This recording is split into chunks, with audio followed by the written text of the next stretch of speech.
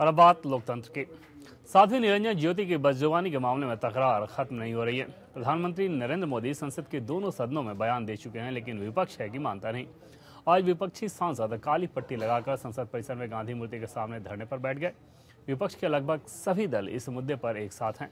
उधर अल्पसंख्यक राज्य मंत्री मुख्तार अब्बास नकवी और खाद्य और रसद मंत्री रामविलास पासवान ने आरोप लगाया कि दलित होने की वजह से साध्वी पर निशाना साधा जा रहा है।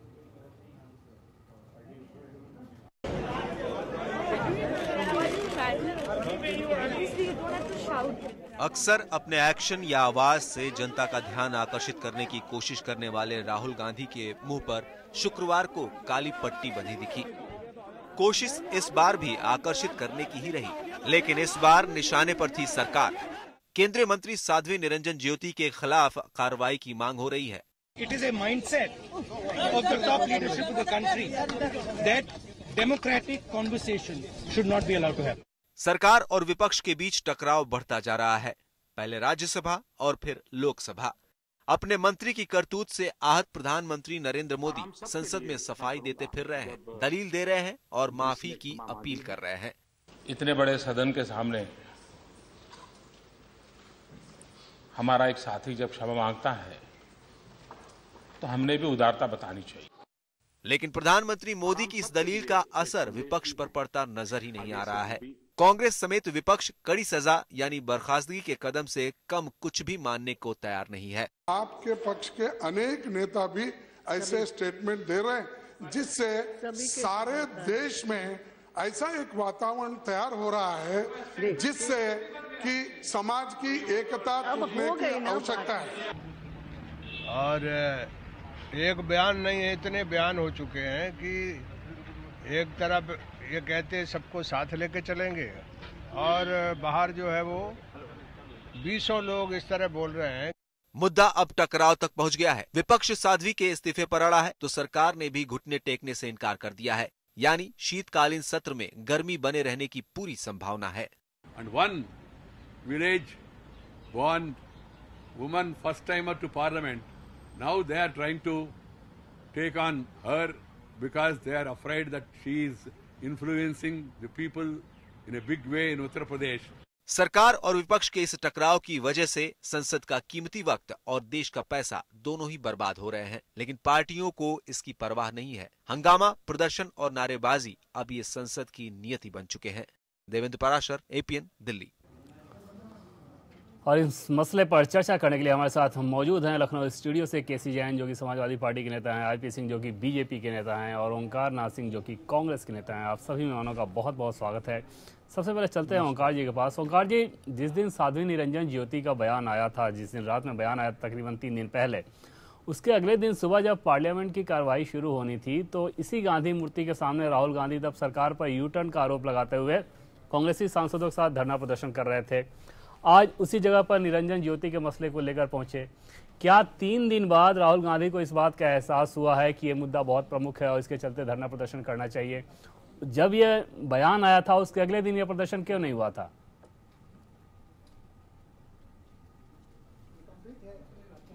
लोकसभा और राज्यसभा दोनों में जिस दिन उन्होंने बोला था साध्वी जी ने, उसी दिन से कांग्रेस लगातार सदन के अंदर बोल रही है। और हमारे उपनेता राज्यसभा में बोले थे, हमारे नेता लोकसभा में बोले थे और सारे सदस्यों ने आपत्ति की और कांग्रेस के अलावा विपक्ष के सारे सदस्यों ने आपत्ति की। देखिए, लोकसभा का पद जो सांसद का होता है, लोकसभा में सांसद का पद जो है वो बहुत महत्वपूर्ण है। सांसद खाली मामूली चीज नहीं है। सांसद इस देश की संविधान का निर्माता है और वो बनाता है इसको, वो सारी व्यवस्था करता है। पंडित जवाहरलाल नेहरू ने सदन में कहा है इस बात को कि सांसद खाली वहीं का सांसद नहीं है जहां से चुन के आया है, वो पूरे देश को रिप्रेजेंट करता है और देश के किसी भाग में भी कोई भी चीज अगर पूछना चाहे तो वो पूछ सकता है और उस पर अपनी सलाह भी दे सकता है और आपत्ति भी दर्ज करा सकता है।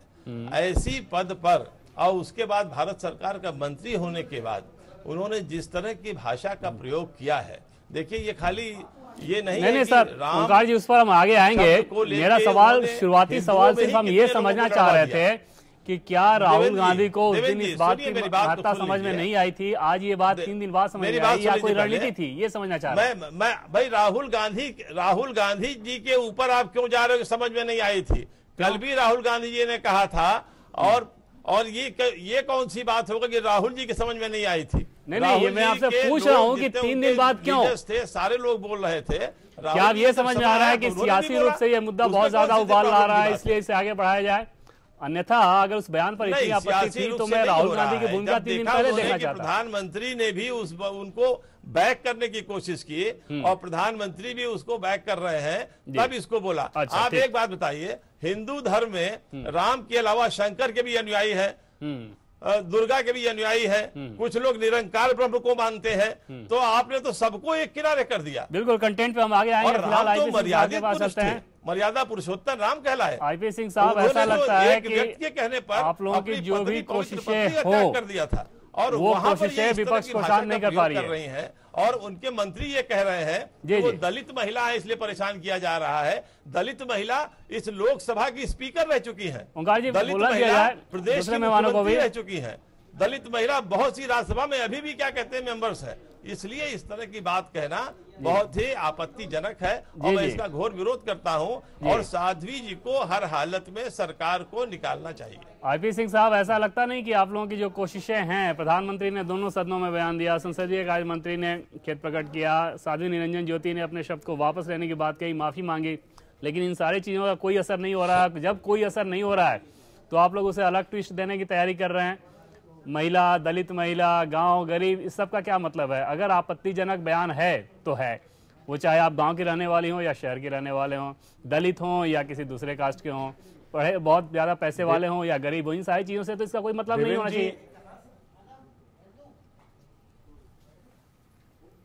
देवेंद्र जी, आप दिल्ली रहते हैं, और जिस क्षेत्र से साध्वी निरंजन ज्योति आती हैं, वहां से लेकर आप बिहार बॉर्डर तक चले जाइए, यहां तक कि मां अगर बच्चे को भी डांटती है तो इस शब्द का प्रयोग करती, यहां तक कि मुझे मेरी मां का शब्द याद आता है कि वो बार बात पर जब नाराज होती थी तो इस तरह की बात सबको बोलती थी। सर, आप तो बहुत गंभीर बात कह रहे हैं, आप फिर से जस्टिफाई कर रहे हैं इस चीज को, और अगर ऐसा है तो फिर प्रधानमंत्री को बोलने की क्या जरूरत है? उनके लिए 2 साड़ी भी बड़ी बात थी। इसका मतलब प्रधानमंत्री गलत कर रहे हैं, उस मुद्दे पर सफाई दे रहे हैं तो?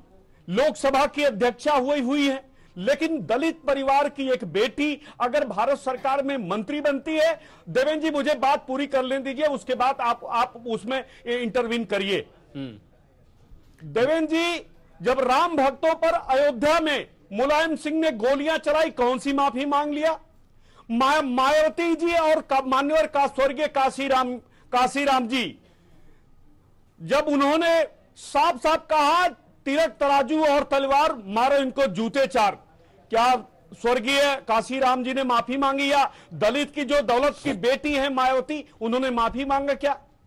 सवाल यह खड़ा होता है कि अहमद बुखारी अपने को आईएसआई का एजेंट कहता है, क्या उसने कभी देश से माफी मांगी? सेकुलरवाद की इस देश में दुनिया का कोई संविधान बता दीजिए, दुनिया का कोई देश बता दीजिए कि बहुसंख्यक का कहीं अपमान होता हो। नहीं, आईपी सिंह साहब, लेकिन इसके पास माफ कीजिएगा, आपने अपनी बात कह दी, लेकिन मैं ये बात नहीं समझ पा रहा हूँ को नहीं है कि आप ये जस्टिफाई कैसे कर रहे हैं? उस शब्द को आपने जस्टिफाई किया। जब बजट सेशन था तो सो रहे थे, सोते हुए पूरे देश में फोटो छपी थी और पूरे देश ने देखा था कि युवराज सो रहा है लोकसभा के अंदर। सर, वो सारी चीजें अपनी जगह पर है, लेकिन उस शब्द को आप जस्टिफाई कैसे कर रहे हैं कि राजीव गांधी को लगता है ज्योति कि आती कुछ है, अवसर मिल सकता है, संसद चल रही है। सर, वन वे ट्रैफिक मत रखिए, बोथ वे रखते हैं। मेरा सवाल आपसे ये है कि आप उसे जस्टिफाई कैसे कर सकते हैं? अगर आप जस्टिफाई कर रहे हैं तो फिर आपके नेता, आपके प्रधानमंत्री को इस मसले पर सफाई देने की क्या जरूरत है? संसदीय कार्य मंत्री को फिर खेद प्रकट करने की क्या जरूरत है? निरंजन ज्योति को अपने शब्द वापस लेने की क्या जरूरत है? कहते हैं क्षमा बड़न को चाहिए। अगर एक दलित मंत्री ने, जो पहली बार संसद में जाती हैं, पहली बार मंत्री बनती हैं, अगर उन्होंने सम्मान दिखाया, माननीय प्रधानमंत्री जी ने सम्मान दिखाया और राज्यसभा में भी गए और उन्होंने कहा कि हमारे मंत्री ने जो कुछ कहा है, उन्होंने क्षमा मांगी, आप माफ कर दीजिए। आज लोकसभा में भी कहा नहीं लोकसभा के सम्मानित सदस्यों ने माफ कर दिया। की कार्रवाई क्या है 10 सालों तक देखा देश में कि लोकसभा में नगण्य है, कैसे कार्रवाई बाधित करते थे, राज्यसभा में वो विरोध करता और यहाँ दिख रहा है कि कैसे आप लोगों को दर्द हो रहा है अगर उसी रणनीति पे कांग्रेस चल रही है। दूर तक लेना देना नहीं है। आईपी सिंह साहब, जो रणनीति आप लोगों ने सिखाया है कांग्रेस पार्टी को पिछले 10 सालों में, वही काम तो कांग्रेस पार्टी और बाकी विपक्षी दल कर रहे हैं।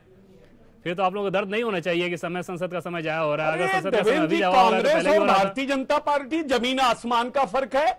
सिर्फ टीएमसी एआईडीएमके जस्ट पीछे खड़ी है। कौन सी कांग्रेस की बात करते हैं?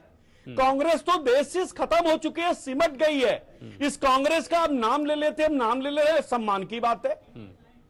उस कांग्रेस की बात करते हैं जिसके सदस्य 44, इतनी बड़ी संसद कभी आपके सदस्य सिर्फ 2 हुआ करते थे।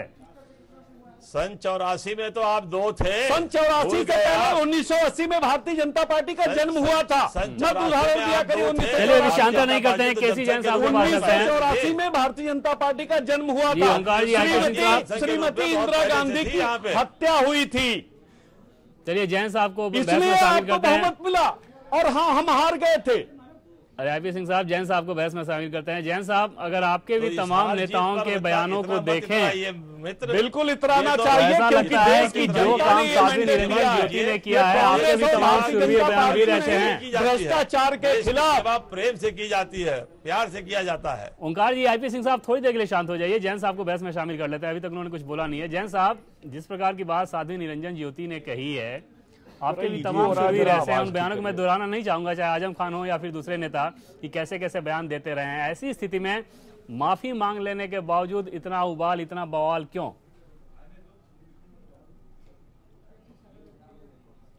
देखिए देवेंद्र जी, जो बात माफ़ी मांगने की आती है, जिस तरीके से सार्वजनिक रूप से और पूरे हिंदुस्तान को जो गाली दी गई वो अक्षम्य है।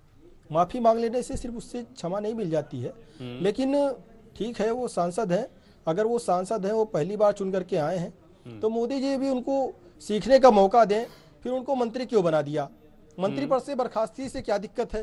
सांसद तो रहेंगे ही, उनको सीखने का अवसर मिलेगा ही। लोगों के साथ में बैठे, संसद में बैठे, और जिसको आम बोलचाल की भाषा और गाली में अंतर नहीं समझ में आता है कि ये एक आम बोलचाल की भाषा या गाली है। भारतीय जनता पार्टी के हमारे भाई साहब उसमें सफाई दे रहे थे कि ये आम बोलचाल की वहाँ की भाषा है। तो आम बोलचाल की भाषा और गाली में जिसको अंतर नहीं स्पष्ट है, वो एक मंत्री बनकर के बैठा है। तो कम से कम मोदी जी को एक नैतिकता के आधार पर आजम खान साहब से हटाना जरूर चाहिए। आज जो बात हो रही है उस पर बात करिए आप, आजम खान साहब क्या आप पहले मेरी बात सुन लीजिए। आप बोल रहे थे, मैं चुपचाप बैठा हुआ था इतनी देर से। भारतीय जनता पार्टी का ये सोचा समझा बयान है।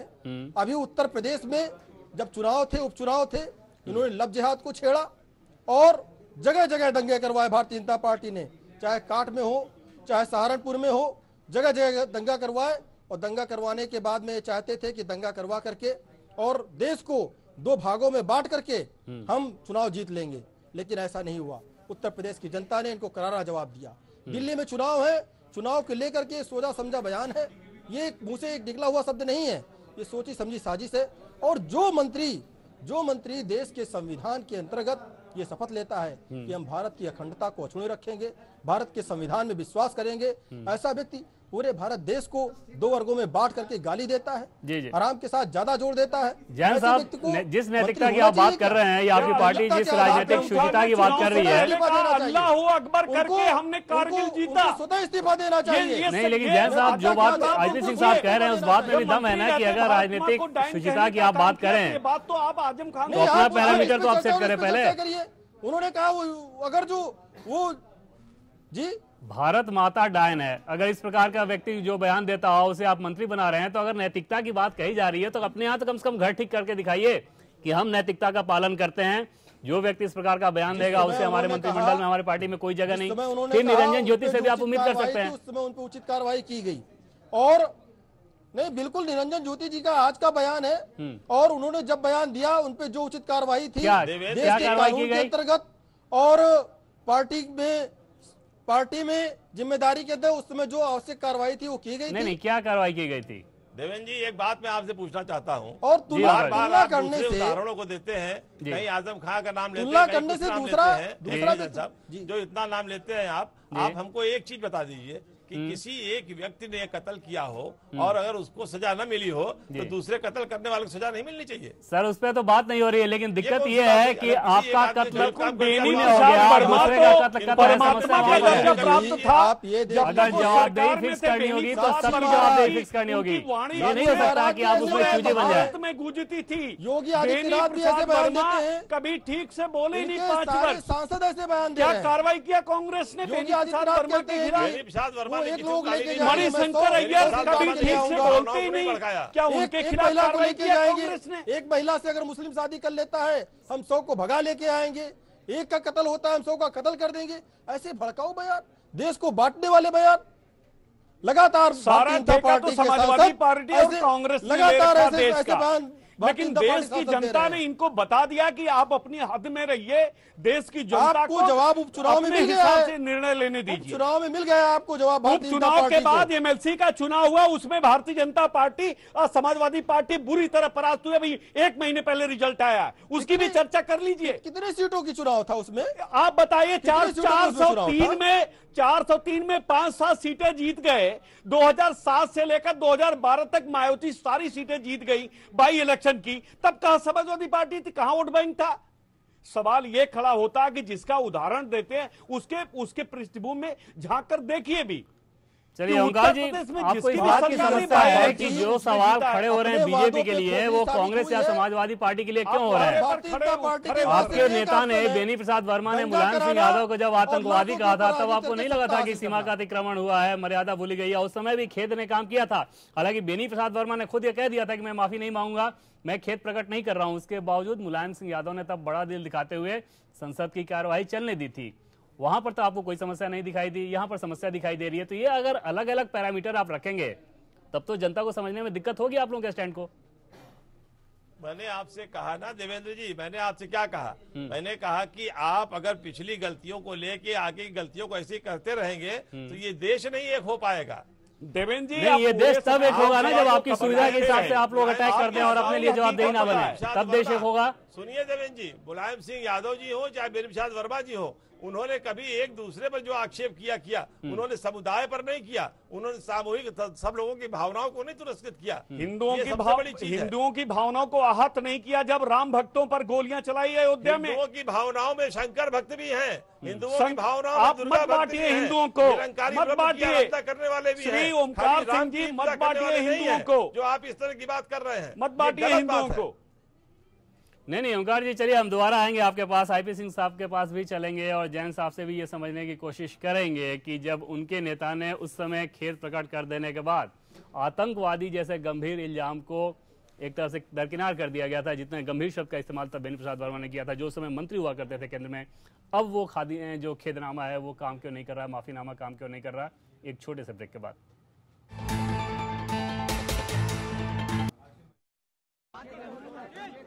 ये सियासत का वो अंदाज है जिससे बीजेपी अच्छी तरह से वाकिफ है। ये वो अचूक हथियार है जिसके आगे बड़े से बड़ा नेता भी खुद को लाचार और असहाय महसूस करता है। लोगों के बीच खुद को दिखाने और प्रचार पाने का ये वो ब्रह्मास्त्र है जिसका वार कभी खाली नहीं जाता। आज बीजेपी को महसूस हो रहा होगा कि सत्ता में रहकर सरकार चलाना और विपक्ष में बैठकर आरोप लगाने में कितना फर्क होता है। It is a mindset of the top leadership of the country that democratic conversation should not be allowed to happen. पिछले 10 सालों में संसद से लेकर सड़क तक हंगामे और प्रदर्शन से कांग्रेस की मनमोहन सरकार को बैकफुट पर धकेलने वाली बीजेपी आज खुद बैकफुट पर उतरने को मजबूर है। नियति और बदनियति के इस खेल में कौन सच्चा है और कौन झूठा, उसकी पहचान कर पाना बेहद मुश्किल है। शायद ये वक्त प्रधानमंत्री मोदी के लिए उस वक्त से भी ज्यादा कठिन है जब वो बतौर प्रधानमंत्री उम्मीदवार लोगों से बीजेपी को जिताने की अपील कर रहे थे। आप गुजरात नहीं बना सकते, इसके लिए तो 56 इंच का सीना लगता है। मंत्री श्री ने माफी मांगी है इतने बड़े सदन के सामने। हमारा एक साथी जब क्षमा मांगता है तो हमने भी उदारता बतानी चाहिए। बीजेपी को खुद उसके ही मंत्री ने विपक्ष के हाथों कैच करा दिया। अब विपक्ष साध्वी को मंत्रिमंडल से आउट करने की मांग तो कर ही रहा है। प्रधानमंत्री नरेंद्र मोदी को भी ज्यादा स्कोर करने का मौका नहीं देना चाहता। हालांकि बीजेपी थर्ड अंपायर की मदद से बचकर निकल जाने की फिराक में लगी है। कांग्रेस को अगर केवल जो है नॉन इश्यू को इश्यू बनाना है तो कांग्रेस को खुद इस हड़बड़ी में गड़बड़ी को समझना होगा। ये बदले वक्त और कुर्सी के बदले मिजाज की बात है। कल तक कांग्रेस सत्ता में थी तो बीजेपी हमलावर थी। अब बीजेपी सरकार में है तो कांग्रेस उसे घेरने का कोई मौका नहीं छोड़ रही है। लेकिन इन सब के बीच कोई पिस रहा है, वो है आम आदमी, जिसे न तो इस बवाल और हंगामे से कुछ लेना है और न ही इस सियासत से। उसे तो परवाह बस इस बात की है कि बंटवारे की इस राजनीति में कहीं उसके 2 जून की रोटी भी न बच जाए। Bureau report, APN. और ये सब कुछ हो रहा है संसद भवन परिसर में महात्मा गांधी के मूर्ति के सामने। सोचिए महात्मा गांधी के आदर्श, उनके जो सिद्धांत हैं वो किस प्रकार से तार-तार हो रहे हैं और बेचारे बापू चुपचाप ये सब बैठे देख रहे हैं। सीधे चर्चा के लिए चलते हैं लखनऊ स्टूडियो। आईपी सिंह साहब, एक तरफ आपके प्रधानमंत्री, संसदीय कार्य मंत्री, आपके तमाम नेता, खुद निरंजन ज्योति माफीनामा और खेदनामा की बात कही जा रही है, और दूसरी तरफ आप लोग उसे एक दलित एंगल, ग्रामीण महिला, पिछड़ेपन की बात ये कहकर जाहिर तौर पर उसे एक पॉलिटिकल एंगल देने की कोशिश कर रहे हैं। ऐसे में तो ये लग रहा है कि जिस खेदनामा माफीनामा की बात हो रही है वो महज सजावटी और दिखावटी है।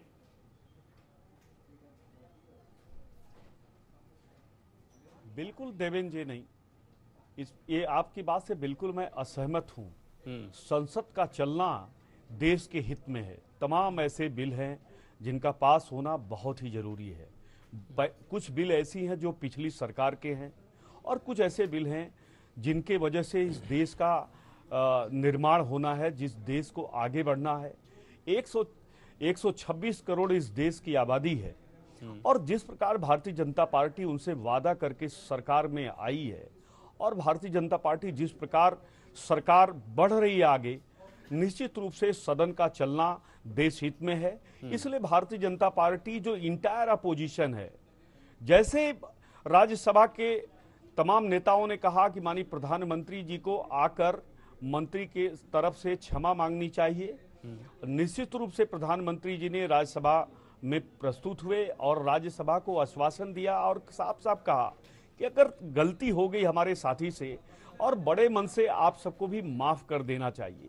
ये माननीय प्रधानमंत्री जी का बड़प्पन है देवेंद्र जी। नहीं सर, लेकिन यहाँ पर मुझे विरोध दिख रहा है। अगर गलती की बात थी नहीं मिले तो दलित महिला, पिछड़े महिला, ग्रामीण महिला, ये सब कहकर उस मामले को ट्विस्ट देने की क्या जरूरत आ पड़ी है? सीधे कहते हैं ना कि हाँ गलती हुई है, खेद प्रकट करते हैं, बात खत्म।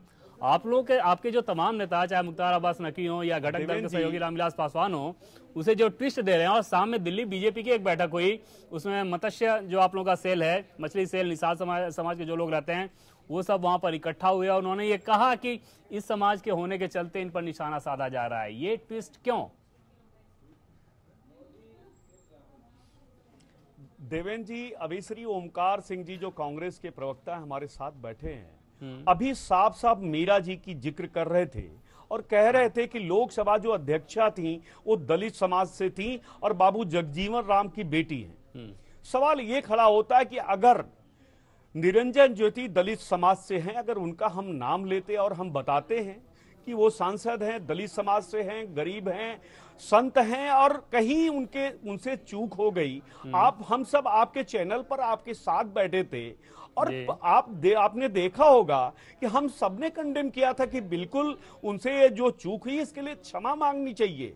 और याद करिए जब वो संसद भवन में जाती हैं तो उन्होंने संसद भवन में क्षमा मांगा, उन्होंने कहा मुझसे ये भूल हो गई और मैं आगे कभी इस प्रकार की बात मैं नहीं करूंगी। और माननीय प्रधानमंत्री जी जिस प्रकार मैसेज दे रहे हैं, पूरे देश को काम कर रहे हैं, सबका साथ सबका विकास। शुरू में क्षमा नहीं मांगा था, देवेंद्र जी भाषण देने के बाद उनके 3-4 इंटरव्यू में उन्होंने कहा कि मैंने कुछ भी गलत नहीं कहा है। जब बवाल बहुत ज्यादा बढ़ गया तब दबाव पड़ा, उसके बाद उन्होंने ये कहा कि हाँ ठीक है मैं खेद प्रकट करती हूँ। जाहिर तौर पे दिल से उनके ये बात नहीं निकली है कि वो ये कहें कि हीट ऑफ द मोमेंट में मैंने वो बात कह दी थी, अब मुझे अब पछतावा हो रहा है, मैंने गलत कह दिया है, ऐसा उन्होंने नहीं कहा था। देवेंद्र जी, जब पार्टी की मीटिंग होती है जिसमें माननीय प्रधानमंत्री पार्टी के सांसदों को संबोधित करते हैं, उसमें बहुत बहुत तीखी बात तो कहते हैं कि बिल्कुल मर्यादित भाषा का हमको प्रयोग करना है, मर्यादित रूप से हमें आचरण करना है, और जितने हमारी मंत्री हैं या सांसद हैं उनको एक मिसाल कायम करनी है। इसलिए कड़वे बयानों से बिल्कुल पार्टी के सांसदों और मंत्रियों को बचना होगा। ये काम पार्टी बिल्कुल मुकम्मल कर चुकी है और लगातार हिदायत दी जाती है, लेकिन लोकतंत्र में इतना बड़ा, आप देखिए मणिशंकर अय्यर जी को ले लीजिए, चाहे बेनी प्रसाद वर्मा जी को ले लीजिए, या श्री मुलायम सिंह जी, या उत्तर प्रदेश के मंत्री श्री आजम खान, या ममता बनर्जी को पुराने समय का याद करिए। तमाम ऐसे नेता रहे हैं कि विवादित बयान संसद में देना एक प्रचलन सी, एक प्रथा सी बन गई। लेकिन प्रधानमंत्री का जिस प्रकार से हस्तक्षेप करना, प्रधानमंत्री जी का आगे आना, आप याद करिए देवेंद्र जी, आप पार्लियामेंट को बराबर मतलब कवर करते रहे। आप बताइए, कभी डॉक्टर मनमोहन सिंह ने अपने बेनी प्रसाद वर्मा जैसे या मणिशंकर अय्यर जैसे मंत्रियों के लिए क्या दोनों सदनों में कभी खेद प्रकट किया? बिल्कुल खेद नहीं प्रकट किया। पार्टी ने जरूर अपने फोरम पर कहा है कि हम निश्चित रूप से अपने मंत्री से बात करेंगे, लेकिन लोकसभा में इस तरह की बात नहीं हुई है जी। तो इन सारी बातों लेकिन ओंकार जी के साथ तो दिक्कत है कि वो अपने चैप्टर को देखना नहीं चाहते। क्षमा जी ओंकार जी, जिस प्रकार की बात आईपी सिंह साहब जो जिन सवालों को खड़े कर रहे हैं, और वास्तव में आपके बड़े नेताओं के बयान को देखें, मौत का सौदागर, बर्बर, मैन ईटर मतलब आदमखोर, इस प्रकार के बयान आपके पार्टी के नेताओं के तरफ से भी आते रहे हैं। ऐसे में ये माना जाए ना कि इस प्रकार की जो बयानबाजी है, जहरीले बोल जो होते हैं, उस हमाम में सभी दलों के लोग नंगे हैं। निरंजन ज्योति अगर हैं तो आपके दल के भी तमाम नेता हैं उसमें शामिल। देखिए देवेंद्र जी, जितने भी आरोप प्रत्यारोप की आप बात कर रहे हैं, ये एक सांसद ने दूसरे सांसद पे लगाया, या मंत्री ने दूसरे पूर्व मंत्री या सांसद पे लगाया। किसी ने किसी वर्ग का अपमान नहीं किया, किसी ऐसी भाषा का अपमान नहीं किया जिससे कि किसी वर्ग का पूरा अपमान हो रहा हो, देश की भावना आहत हो रही हो। एक दूसरे को कहना एक अलग बात होती है। अकबरुद्दीन ओवैसी वर्ग को अपमान, जो आपके सहयोगी दल के विधायक थे हैदराबाद में, जब उन्होंने कहा था तो क्या उसमें किसी वर्ग विशेष की भावना आहत नहीं हो रही थी? नहीं तो उसमें उसको किसने साथ दिया? किसने उसको कहा कि नहीं ये बहुत अच्छा कहा? क्या विरोध किया आप लोगों ने? अच्छा कहा उसको? एक दिन में तो संसद में सुनाई नहीं दिया इस बात को लेकर।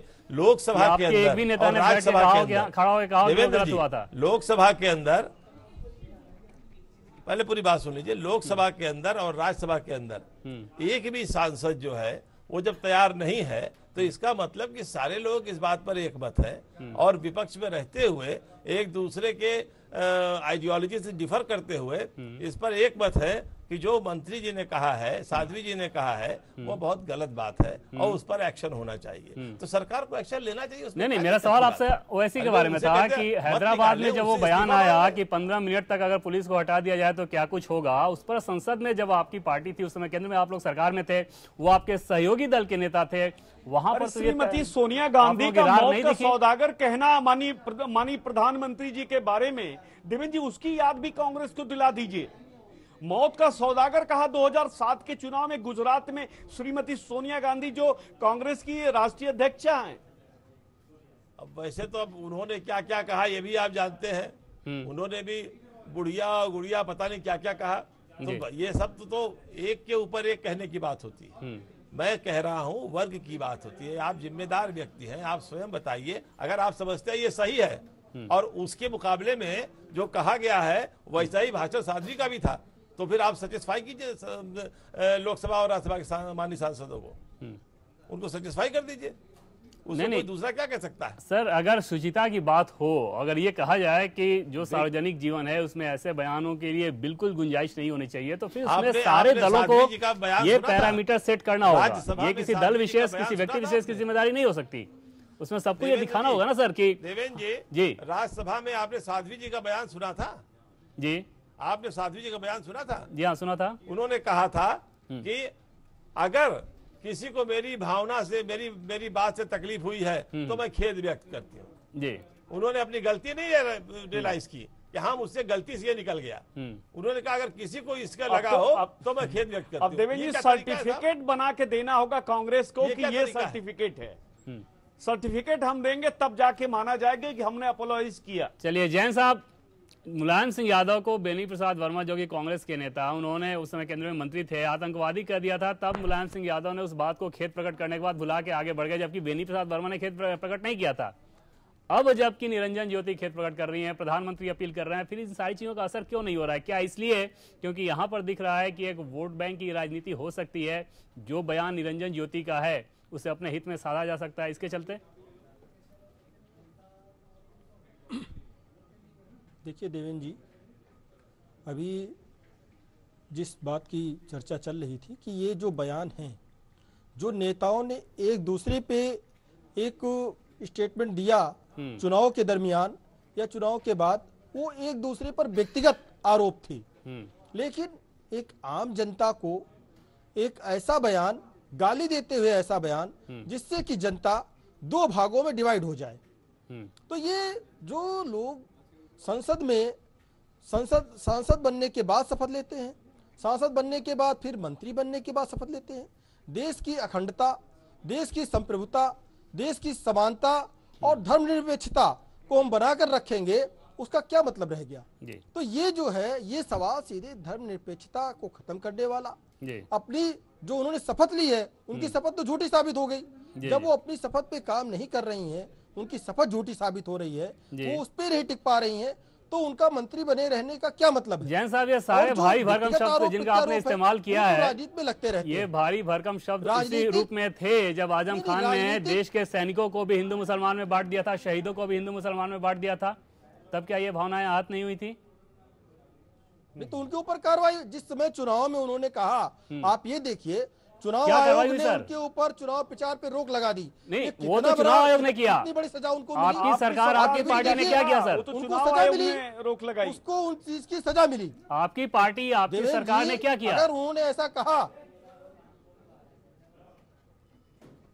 सरकार का ये सरकार की तरफ से बयान नहीं था। नहीं, तो ये बयान दिया, ये निरंजन ज्योति का बयान सरकार की तरफ से है और आजम खान का बयान सरकार की तरफ से नहीं था। वैसे ही इनके ऊपर कार्रवाई होते हुए, पार्टी को, सरकार को इनके ऊपर कार्रवाई करते हुए कम से कम इनको मंत्री पद से जरूर हटाना चाहिए। सर, आप जो बात कह रहे हैं उसमें दम है, लेकिन ये दम तब नजर आता है जब आप लोगों ने ऐसी कोई नजीर पेश की होती। आजम खान को अगर उस समय हटा दिया गया रहता और ये नजीर अगर आपने पेश की होती, तो आज आपकी ये मांग देश की जनता को ज्यादा समझ में आती कि जिस पैरामीटर की ये लोग बात कर रहे हैं, वास्तव में उससे ये अमल में पहले ला चुके हैं। दो चीजें हैं, नहीं देवेंद्र जी, देखिए यहाँ पे भी दो चीजें हैं। तुलना करने से और सवाल का जवाब सवाल होने से सवाल का उत्तर नहीं मिल जाता है। दूसरी बात ये कि वो उस समय की स्थिति थी, उनकी जो मैक्सिमम सजा हो सकती थी, चुनाव आयोग के द्वारा वो सजा उनको मिली। नहीं, वो तो चुनाव आयोग को जो लगा सर, उस केस में भी आप कह सकते हैं कि साध्वी निरंजन ज्योति ने जो कुछ कहा, सीआरपीसी का उल्लंघन है, तो फिर वो बाहर थाने में और कोर्ट में मामला तय होगा। हटाना है, जिस नैतिकता की बात आप कर रहे हैं, जिस शुचिता की बात कर रहे हैं आप, वो मैं कह रहा हूँ कि ये नजीर तो आप लोग पेश करना चाहिए था ना। लेकिन देवेंद्र जी, अगर वो नौसिखिया है, नौसिखिया के कारण उन्होंने बोल दिया है। और आप एक चीज देख लीजिए, दूसरी चीज देवेंद्र जी, कि माननीय मोदी जी भी उनका बचाव कर रहे हैं और भारतीय जनता पार्टी के और लोग उसको दूसरी तरीके से भी वोट बैंक में कैश करना चाहते हैं। उनको कह रहे हैं कि वो एक दलित है, इसलिए उनके ऊपर ऐसा आरोप लगा। नहीं सर, वो आपत्तियां तो मैं समझ रहा हूं, तमाम सवाल बीजेपी के लिए है, मोदी के लिए है, पार्टी के लिए है, लेकिन जो सवाल आपके जिम्मे है, मैं उसका ईमानदार जवाब चाहता हूं कि आजम खान के मामले में आप लोगों ने तब क्यों नहीं कार्रवाई की थी, जो अब कार्रवाई की मांग कर रहे हैं? अगर उस समय आपने की होती तो जनता आपकी बात ज्यादा समझती ना, इसकी आप बेहतर बात कह रहे हैं क्योंकि आपने करके दिखाया था। नहीं, बिल्कुल, हमसे जो हम कार्रवाई करते, हमारी पार्टी जो कार्रवाई करती, उससे बड़ी कार्रवाई तो चुनाव आयोग ने कर लगा दी। अगर चुनाव आयोग नहीं लगाता तो शायद माननीय नेताजी उनको स्टेज पे आगे बोलने के लिए रोक दिए होते। सर, ये बोलना रोकना क्या होता है? आप लोग मंत्री पद से हटा सकते थे ना, जिस बर्खास्तगी की आज मांग कर रहे हैं, ये उस समय कर सकते थे जी। चुनाव आयोग ने सख्त से सख्त उस पर कार्रवाई की और उस बयान में, इस बयान में भी अंतर है। वो उस समय की बात थी और इस समय जो बयान दिया है, संसद में रहते हुए नहीं, केंद्रीय मंत्री से ये जवाब भी एक देता चुनावी रैली का बयान है और उनकी हौसला अफजाई करने के लिए रैली का बयान था। माननीय मोदी जी उनके पीछे खड़े नजर आते हैं। चुनाव आयोग ने कोई कार्रवाई की, वो तो चुनाव आयोग की बात थी। आपकी नैतिकता का जो संरक्षण है वो चुनाव आयोग नहीं कर सकता, वो आप लोगों को खुद करना होगा, आपकी सरकार के जो मुखिया उनको करना होगा। अगर आजम खान पर उस समय कार्रवाई हुई होती तो मैं बार बार कह रहा हूँ कि आपकी बात में ज्यादा वजन नजर आता उत्तर प्रदेश की जनता को और देश की जनता को। अभी ऐसा लग रहा है कि वोट बैंक के पॉलिटिक्स के चलते आप लोग इस मुद्दे को उछाल रहे हैं। नहीं देवेंद्र जी, ऐसा कुछ नहीं है। वोट बैंक की कोई राजनीति समाजवादी पार्टी उसमें नहीं कर रही है। समाजवादी पार्टी जिम्मेदारी पूर्वक, चूंकि पूरे देश को एक गाली दी है, पूरे देश को गाली दे करके उन्होंने शर्मसार किया है, तो पूरे देश की तरफ से समाजवादी पार्टी लड़ाई लड़ रही है। और जो बात आपने कही माननीय मंत्री आजम खान जी के बारे में, जी उससे देश का उससे देश का सिर शर्म से झुका नहीं था, बल्कि बहुत गौरव बढ़ गया था ना उस बयान से। कार्रवाई होनी थी, बेहतर से बेहतर कार्रवाई हुई। साथ में उन्होंने उसका स्पष्टीकरण भी दिया था कि उन्होंने किस आधार पे कहा कि उस चोटी पे कौन से लोग थे, क्या थे। आप उनका पूरा बयान देखिए। मैं और भी बयान उनके गिनाऊं आपको। समाजवादी पार्टी के कुछ बातों का जवाब देना है। आप सुन लीजिए। नहीं, आईपी सिंह साहब आपके पास भी आएंगे, कुछ जवाब देना है। आईपी सिंह साहब उन जवाबों के लिए आपके पास आएंगे, लेकिन एक सवाल उससे पहले ले लेते हैं। 1 मिनट में आईपी सिंह साहब बस 1 मिनट में सवाल ले लीजिए, उसके बाद जो जवाब दीजिएगा। अगर आप लोग वाकई साध्वी निरंजन ज्योति के बयान से आपको लगता है कि ठेस पहुंची है, तो आप लोगों का पहला काम ये होना चाहिए था कि आप लोग उनके ऊपर प्रतिबंध लगाते कि वो चुनावी रैलियों में नहीं जाएंगी। जबकि आज आपके जो मंत्री हैं वेंकैया नायडू, उन्होंने ये कहा कि साध्वी निरंजन ज्योति के प्रचार करने पर कोई भी रोक नहीं लगाई गई है। जाहिर तौर पे ये आप लोगों की रणनीति दिख रही है कि आप चाहते हैं कि ऐसे भड़काऊ बयान दिए जाएं और उसके बाद फेस सेविंग के लिए कुछ खेदनामा माफीनामा दे दिया जाए। देवेंद्र जी, जितना अधिकतम बोलना है वो माननीय प्रधानमंत्री जी और भारतीय जनता पार्टी और हम सब के लेवल पर भी जितना बोलना था वो अधिकतम हम सब बोल चुके हैं। मुझे समाजवादी पार्टी को जवाब ये देना है कि उत्तर प्रदेश के बारे में विचार करे समाजवादी पार्टी, क्योंकि देश की राजनीति से उसका सरोकार नहीं है। बिल्कुल सरोकार है। कैसे जैन साहब रुक जाइए, मुझे बात पूरी करने दीजिए। यादव सिंह से 200 करोड़ रुपए 200 करोड़ रुपए लेकर 2013 नवंबर में नियुक्ति की गई। आज 10,000 करोड़ रुपए के गबन का मामला है। और सवाल ये खड़ा होता है कि प्रतापगढ़ के मंत्री शिवाकांत ओझा जो केसी जैन साहब बात पूरी ठेकेदार बनेंगे। सवाल 200 करोड़ रुपए का गबन की बात शिवाकांत ओझा, आप बीच में बोलकर आप छिपा नहीं सकते बातों को। मसला कुछ और है, करोड़ रुपए का आज वहीं तक अपने आप को केंद्रित रखते हैं। चीफ मिनिस्टर को लिखा जी आईपी सिंह साहब, लेकिन पार्टी उस पर जो भड़काऊ बयान का जो मसला था, जैसा कि मैंने पहले आपको कहा कि निरंजन ज्योति को खुली छूट है कि वो प्रचार करें। साक्षी महाराज, योगी आदित्यनाथ, गिरिराज सिंह, ऐसे तमाम लोग हैं जो कि इस प्रकार के बयान देते हैं और बदले में उन्हें पुरस्कार मिल रहा है। तो क्यों ना माना जाए कि ये एक बीजेपी की दोहरी रणनीति है, एक तरफ उत्तेजक बात कही जाए, दूसरी तरफ कुछ फेस सेविंग कर लिया जाए। और बार बार चर्चा करनी चाहिए चर्चा हो रही है। सरकार दोषी है। आज सीबीआई इंक्वायरी की मैं मांग करता हूं कि सीबीआई इंक्वायरी होनी चाहिए यादव सिंह से संबंधित की 200 करोड़ आप कहीं और जा रहे हैं। समाजवादी पार्टी ने उन्हें तीन महकमों का चीफ इंजीनियर बनाया। बता दीजिए। सवाल ये खड़ा होता कि ऐसे भ्रष्ट अफसर की नियुक्ति इस सरकार ने क्यों की? मुद्दे को बोल रहे हैं आप कहीं और जा रहे हैं। बनाए रखा। जिस दिन उस मसले पर चर्चा होगी उसमें पूरा मौका आपको दिया जाएगा ये बात कहने का। मुझे सिर्फ आज ये भड़काऊ बयान वाला मसला समझा दीजिए कि ऐसी क्या मजबूरी थी कि निरंजन ज्योति को प्रचार करने से नहीं रोका जा रहा है। बिल्कुल रोके नहीं जाना चाहिए। लोकतंत्र में सबको आजादी है। जब आप ओवैसी को नहीं रोक सकते, जब आजम खान साहब को नहीं आप रोक सकते, जब अहमद बुखारी को आप नहीं रोक सकते, आप फारूक अब्दुल्ला से लेकर उमर अब्दुल्ला को इस देश में बयानबाजी करने से और भाषण देने से नहीं रोक सकते, तो साध्वी निरंजन ज्योति को रोकने का कोई अधिकार। हाँ, मैं यही समझना चाह रहा था कि ये आप लोगों की रणनीति है कि जैसे बयान वो सब आते हैं उसमें आपके पास भी ऐसे तोप होने चाहिए जो इस प्रकार के बोले निकाल सकें जिसका चुनावी फायदा हो। चलिए आप लोगों के पास में आऊंगा, लेकिन फिलहाल क्योंकि समय बहुत छोटे से ब्रेक का हुआ है, ब्रेक के बाद जब लौटेंगे तो इसके कुछ और पहलुओं को समझने की कोशिश करेंगे। ओंकार जी, आज जब राहुल गांधी और आपके तमाम सांसद जब प्रदर्शन कर रहे थे महात्मा गांधी की मूर्ति के सामने, उसमें टीएमसी के सांसद भी मौजूद थे। अभी पश्चिम बंगाल के मुख्यमंत्री के तौर पर ममता बनर्जी, उनका एक चुनावी रैली में एक बयान आया था बम्बू बांस को लेकर बीजेपी के राष्ट्रीय अध्यक्ष अमित शाह के बारे में। अगर एक बयान गलत है तो दूसरा बयान भी गलत होना चाहिए, ये पैरामीटर होना चाहिए। वहाँ पर तो आप टीएमसी के सांसदों के साथ प्रदर्शन कर रहे हैं, वहाँ पर कांग्रेस पार्टी को ये ऐतराज़ नहीं दिख रहा है कि ममता बनर्जी ने भी इस प्रकार की बात क्यों कही है, सार्वजनिक जीवन में ऐसी बात नहीं कही जानी चाहिए, इस तरह से गाली गलौज की जो भाषा है। तब आप लोगों का स्टैंड ज़्यादा बेहतर लगता है कि कांग्रेस पार्टी जो कहती है वही करती है। यहाँ तो डबल स्टैंडर्ड दिख रहा है कि अगर बीजेपी के कोई नेता कुछ कह रहा है तो गलत है, हमारी पार्टी का या हमारे सहयोगी दल का कोई नेता कहे तो कोई बात नहीं।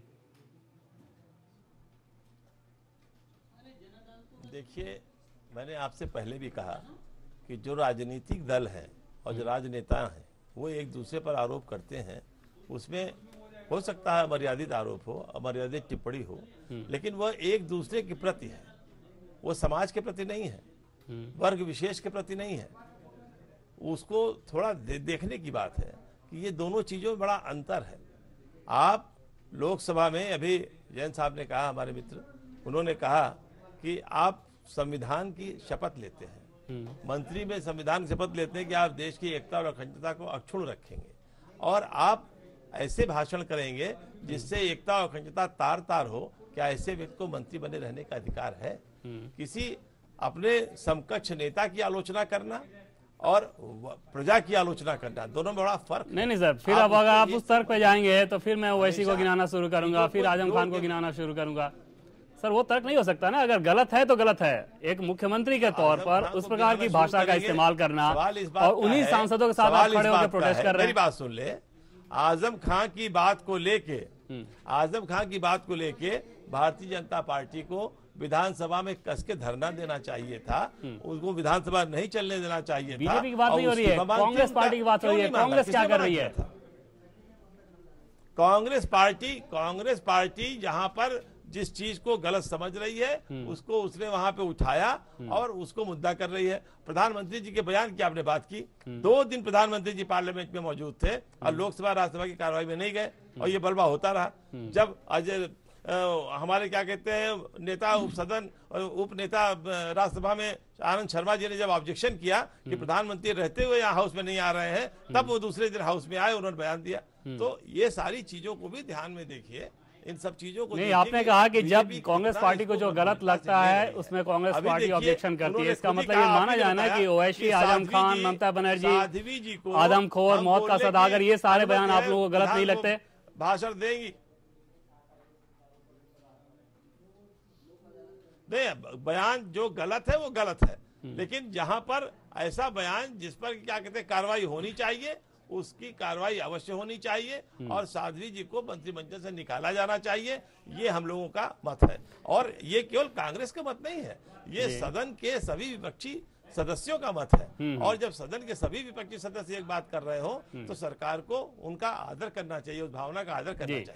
वही विपक्षी सदस्य जैसे जेडीयू आपके साथ है, उसी जेडीयू के मुख्यमंत्री जो कि बिहार के मुख्यमंत्री हैं, वहां पर एक जाति विशेष को कहते हैं कि ये लोग विदेशी हैं, वहां आप लोगों को कोई दिक्कत महसूस नहीं होती, उनके साथ आप खड़े होकर प्रोटेस्ट कर रहे हैं कि सामाजिक राजनीतिक शुचिता की बात की जा रही है। चलिए जैन साहब से इस बात को समझते हैं। जैन साहब, जिस प्रकार से जो चीज मैंने ओंकार जी से पूछी थी कि इसने उनको सही कहा था, सब लोगों ने उनकी आलोचना की। सर क्या प्रोटेस्ट कर रहे हैं? कौन सी आलोचना हो रही है? आप उसी जेडीयू के साथ खड़े होकर राजनीतिक शुचिता की बात कर रहे हैं, मर्यादित भाषा की बात कर रहे हैं और जेडीयू के नेता आपके साथ खड़े हैं, उनके मुख्यमंत्री इस प्रकार की बात कह रहे हैं। एक व्यक्ति कोई गलत काम कर दे तो आप उसके साथ नहीं खड़े हो सकते हैं। नहीं, वो अभी भी कह रहे हैं ना, वहां भी प्रोटेस्ट तो दिखना चाहिए आप लोगों का। व्यक्ति विशेष की जब बात होती है तो उस पर आलोचना। सर वो व्यक्ति विशेष नहीं है, वो बिहार के मुख्यमंत्री हैं, किसी व्यक्ति विशेष की बात नहीं हो रही है।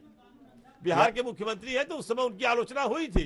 कौन सी आलोचना? क्या प्रोटेस्ट? यहाँ भी तो आलोचना कर लीजिए, फिर काम करने दीजिए। जिसने आलोचना नहीं की थी सर, यहाँ भी आलोचना कर लीजिए ना, फिर संसद की कार्रवाई क्यों ठप कर रहे हैं? उन्होंने यहाँ आपको इस्तीफा चाहिए, वहाँ कुछ नहीं चाहिए। सवाल इस बात का है, ये तो आप लोकसभा और राज्यसभा के माननीय सदस्यों को कहे ना, ये सरकार की जिम्मेदारी है, ये सरकार समझाए। वहां लोगों ने समझा लिया, वो मान गए, यहाँ नहीं समझा पा रही है। नहीं, मतलब बाकी आप लोगों को कोई दिक्कत नहीं है कि जो कुछ भी बोला जाए, अगर जैसा कि मैंने पहले कहा था कि सुविधा के हिसाब से आप लोग तय करेंगे कि समाज के लिए क्या अच्छा है क्या बुरा है। चलिए जैन साहब, आपसे भी मैं इसी सवाल को लेना चाहूंगा कि अगर ममता बनर्जी एक बड़े नेता के बारे में इस प्रकार की बात कहती है, वहां आप लोगों को ऑब्जेक्शन नहीं दिखता। लोग अगर इस तरह की बात करेंगे क्या क्या क्या जी, आप जैसे विद्वान लोग अगर इस तरह की बात करेंगे तो ये बातें और बढ़ेंगी, घटेंगी नहीं। किस तरह की बात सर? अगर आप बार बार पिछली बात याद दिलाएंगे तो आगे और बातें बढ़ेंगी सर। पिछली बात की बात निरंजन ज्योति ने, सुन लीजिए रखना, तो इसकी आज सर, निरंजन ज्योति ने उस शब्द का एक बार इस्तेमाल किया, आप लोगों ने 1000 बार कर दिया है। याद कौन दिला रहा है? निरंजन ज्योति ने उस शब्द का एक बार इस्तेमाल किया और आप लोगों ने हजारों बार किया। सुबह से लेकर रात तक उसी शब्द का इस्तेमाल कर रहे हैं। तो याद दिलाने का काम तो आप लोग कर रहे हैं। क्यों? पहले तो आप ही चलाए जैन साहब, पहले तो आपने। जी हाँ, तो हमारी तो जिम्मेदारी है कि हम आईना दिखा रहे हैं, लेकिन आप लोग जिस प्रकार से राजनीतिक फायदे के लिए आगे बढ़ा रहे हैं उसका क्या मतलब है? आपत्ति की तो आपने कहा हमको आप नंगा करने लगे। नहीं सर, क्या बात है सर? बहुत बढ़िया आप कर रहे हैं, बहुत बढ़िया कर रहे हैं। नहीं सर, इसमें आपको ऑब्जेक्शन क्या लग रहा है? मुझे नहीं समझ आ रहा है। सबसे पहले आप कर रहे हैं सब कुछ, और उसके बाद जब आप कोई आदमी ऑब्जेक्शन कर रहा है आपकी बात को संज्ञान लेके, सर, तो आप कह रहे हैं कि सर ऐसा है, ऐसा कर रहे हैं। सर ऐसा है कि मीडिया रिपोर्ट कर रहा है, मीडिया ये आपको नहीं सिखा रहा है कि संसद की कार्रवाई 3 दिनों तक बाधित कीजिए। जैन साहब, मेरा सवाल आपसे भी वही है कि अगर ममता बनर्जी कुछ बोल सकती है अमित शाह के बारे में और उस पर आप लोगों को आपत्ति नहीं हो रही है, और ऐसे तमाम मसले हैं, इस मामले में ऐसा क्यों हो रहा है कि संसद की कार्रवाई नहीं चलने दी जाएगी? देखिए देवेंद्र जी, इतनी अभी 1 घंटे से चर्चा हो रही है और उसमें 2 चीज़ें उभर कर की हैं। एक तो ये कि व्यक्तिगत आरोप किसी राजनेता पर एक चुनावी भाषण में एक दूसरे पे आरोप प्रत्यारोप लगाना, वो एक अलग चीज़ है, और किसी जनता को गाली से संबोधित करना ये अलग चीज़ है। तो दोनों चीजों को मिक्स करने से ममता बनर्जी ने जो बोला वो गाली ही है, अलग अलग है। वो बंगाल के मुख्यमंत्री हैं और वो शुद्ध रूप से गाली है। चलिए, क्योंकि समय बस इतना ही है, इसलिए माफ कीजिएगा, यहीं पे आपको रोकना पड़ रहा है। उन्होंने अमित शाह जी के बारे में दिया है। बहुत धन्यवाद इस चर्चा में शामिल होने के लिए। माफ कीजिएगा, समय बस इतना ही है। लेकिन एक चीज पर नजर टिकी रहेगी कि अगर सरकार की बात कर लें, बीजेपी की बात कर लें, तो जब वो विपक्ष में हुआ करती थी तब ये बात बार बार कहती थी कि संसद की कार्रवाई को चलाना सरकार की जिम्मेदारी है। अब जब वो सरकार में है तब ये कह रही है कि विपक्ष संसद की कार्रवाई को नहीं चलने दे रहा है। जाहिर तौर पे अगर अलग अलग पैरामीटर रखे जाएंगे तो फिर देश की जनता को दिक्कत होगी जरूर। नजरें टिकी रहेंगी इस बात पर कि सोमवार से जब संसद की कार्रवाई शुरू होती है तो इस समस्या का समाधान किस प्रकार का निकलता है। फिलहाल लोकतंत्र में बस इतना ही, लेकिन एक छोटे से ब्रेक के बाद खबरों का सफर जारी रहेगा। नमस्कार।